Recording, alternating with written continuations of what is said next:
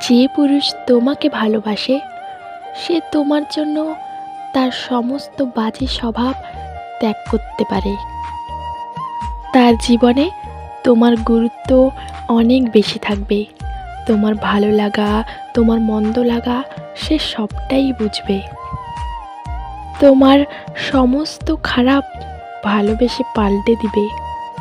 কারণ যে পুরুষ তোমাকে ভালোবাসবে সে তোমাকে নিয়ে সুখের সংসার গড়ে তোলার স্বপ্ন দেখবে, তোমাকে সুখে রাখার চেষ্টা করবে। যে পুরুষ তোমাকে সত্যিকারের ভালোবাসবে সে তোমাকে সবসময় বোঝার চেষ্টা করবে।